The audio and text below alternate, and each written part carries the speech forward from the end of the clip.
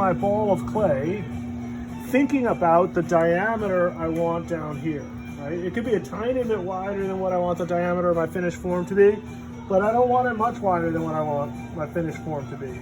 So I guess I need this a little bit narrower. So the dome shape, the diameter of my dome, it dictates where my form is going to be. So now I'm going to go in and I want to stay off dead center. I'm pushing really close to center. So I'm pushing on that line. I'm not pushing on the middle, right? And I'm going to dive in and then go down to my final thickness. Now, thickness. When I'm thinking of a vase, I sometimes leave a thicker bottom because I want more weight to balance my form, right? Normally I would stop and measure my thickness at this point. And that's what we have there. Now we're going to pry this open to the diameter we want. And then take the water out and compress your floor. It looks like it came up a little bit. What I was saying to Sam earlier today, she's been having these little air cavities down at the bottom. Stab, press the air out if there happens to be any air in there, and then compress the floor. Slowly back and forth, just getting that bottom nice and cleaned up. So that's step number 3 finished. Step number 4, tip it in and fix your rim. Done. Now the pulls, I'm going to set my moisture on the inside. I'm going to get up over it, do my gather 1, and carry my thickness to the top. Clean up your rim between moves. Set your wetness on the inside. Finger weights, push out over that weighting finger, carry to the top.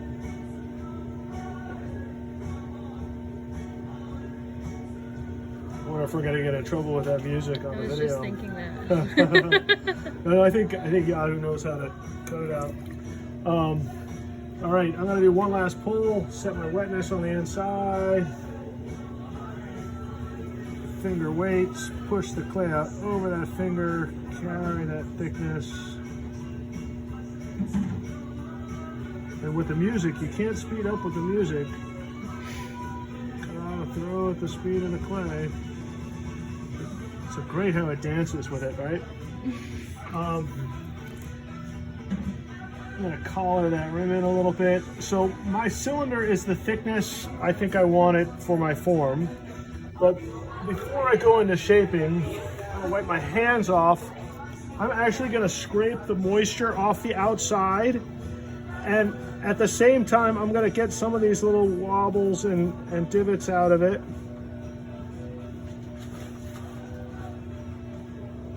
All right, now we have to figure out how to get to the shape we want.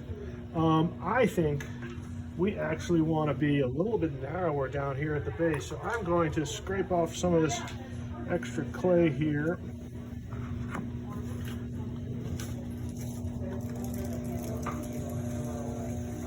Cut off some of that skirt. Now, because this is a vase, and I'm okay with it being a little thicker down at the bottom, I'm going to single point it in because I don't think I'm going to be able to get those proportions with it being this wide here, so I need to be narrower at the bottom. So I'm going to start with one finger, and I'm just going to slowly come in at the bottom and just push that in.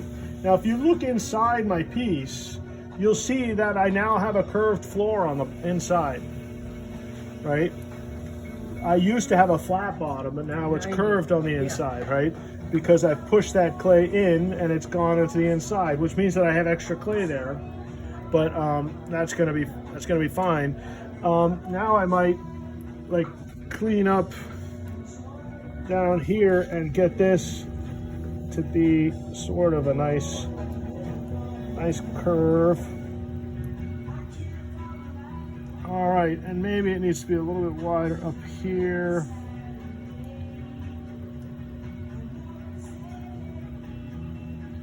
All right, so I think I have the widest part of the form done. Well, maybe the widest part of the form is a little bit higher. Push it out a little bit. All right, so I'm gonna say that's the widest part of the vessel. And now we wanna bring the top in. I always start on the very rim. Gonna moisten the rim down with my sponge, and I'm coming in with, I guess, a combination collaring move, a chokehold, which is the line of the hand, and the 6-pointer, which is 6-pointer would be like that. And now I have the rim in a little bit. Now we need a gradual curve, so I'm going to start here, squeeze into the diameter of the rim, and then come straight up. So you're using your knuckle on your left hand. Right, and my sponge acts as my knuckle on the hand that's not my left hand. Collar it in again, squeeze into the diameter, come straight up through that. Now, I'm beginning to feel a little bit of thuk thuk thuk thuk as I come in, which means that it's time to do a little bit of a pull. So I'm going to undo that re-thickening that happened and bring that in. Clean up your rim anytime your rim is not delicious. And now, gosh, we're not nowhere near our shape. I guess if we're going narrower, I should start on the rim. I'm gonna collar in like so. I'm not seeing the shape there. I think this whole thing needs to.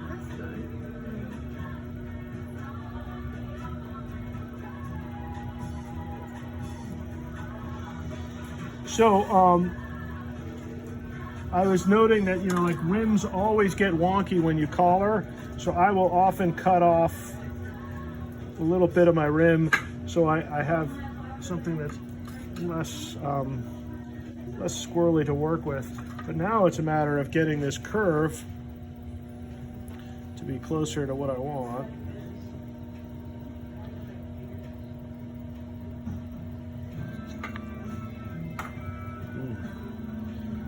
Cut my hair. Whoa, got a little grabby down there. I'm getting too picky about the shape versus the drawing. So at a certain point, I should be doing what I tell my students to do, which is get rid of the drawing and work with the shape that you have, right? Because now it's about how do I get this to be the shape that's pleasing to my eye. And if this were me choosing, which it happens to be, I'm going to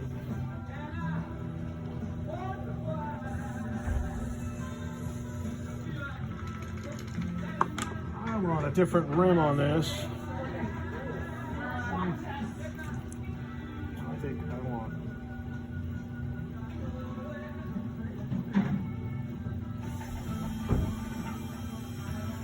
And then, you know, like, do I want lines in here to break this up?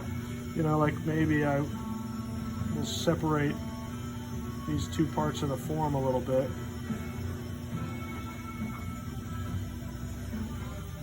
So that's kind of like the shape you were looking at, right? And then maybe I would do a leather on my rim if I was... Who's got a leather they can throw at me? Throw. Nice shot.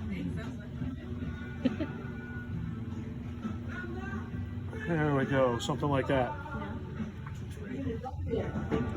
Did that inform you at all? You can